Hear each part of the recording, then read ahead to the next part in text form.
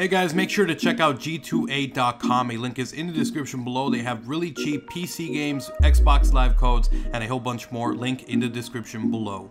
Yo guys, what's up? It's XRAYZ. Welcome back to another Call of Duty World War II video. So yesterday we talked about the zombies portion of info that we got from Game Informer. So check that one out if you're more into zombies. But in this one, we're specifically going to be talking about the multiplayer from campaign to multiplayer and headquarters. So pretty much everything else that wasn't zombies. And this is actually pretty cool because we got a lot of information. Now, as for the campaign, we already have most of the information that was in Game Informer from stuff that has already been talked about via Michael Condrey. So they talked about the campaign taking during the European theater. They were going to be playing as Ronald Red Daniels, who was 19 years old from, a farm basically.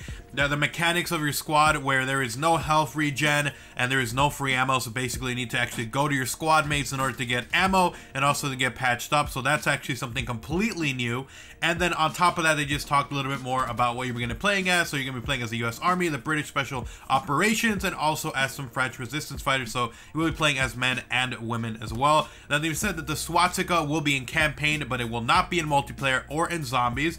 And then the final thing they mentioned was that some of the confirmed locations were Normandy, Operation Cobra, Train, the Wolf's Den, Aichen, Hurtgen Forest, and Hill 493. So that's pretty much everything we learned about campaign. Now, as for multiplayer, there was a ton of stuff, a ton. So the first one was that players in Call of Duty World War II will be able to not only open their supply drops in headquarters, but be able to do it with other friends watching with you. So in headquarters, if you have your friends with you or just random people around in headquarters, if they watch you open your supply drops, they actually also earn stuff from it. So there's this big theme going on now where if you are more social in the headquarters, the better items you're going to get from your supply drops. And even about these supply drops, the new info we got was that there are also going to be legendary and epic rarities of items in the supply drops, from special grips that they call sweetheart grips, which are special grips that were used on pistols where they would replace their grip and put like a little plastic kind of see-through thing, and they would put pictures on their grips.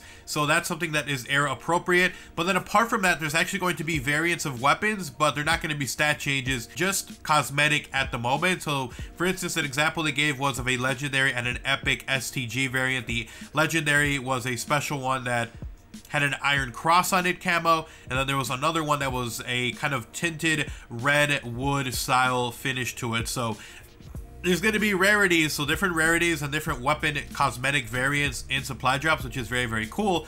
And apparently, for you to be able to increase your chances of getting some of these better loot items, you can increase it by going into headquarters and being social, which is what they ended up using. So for instance, like this ability for you to open your supply drops in front of people, if you get something really good from your supply drop, like a legendary or an epic, apparently the people who are watching you open your supply drops will also get some sort of smaller prize for watching. And not only that, but it also raises your social worth or your social rank, and the more you do it, the more likely you get good stuff out of your supply drops, which I think is actually a pretty cool idea. So it makes it so even if you don't know someone in the headquarters, you can walk up if someone is, doing a 1v1 and you 1v1 them, or if someone's in the firing pit, or if someone is maybe just opening a supply drop. If you interact more, then it increases your chances of getting good stuff out of supply drops, which I think is actually really freaking cool. Alright, so players will also be able to watch streams and tournaments in the World War II headquarters. So, whenever there's COD Champs or any of these tournaments, you will be able to watch them in the headquarters, which I think is actually pretty cool.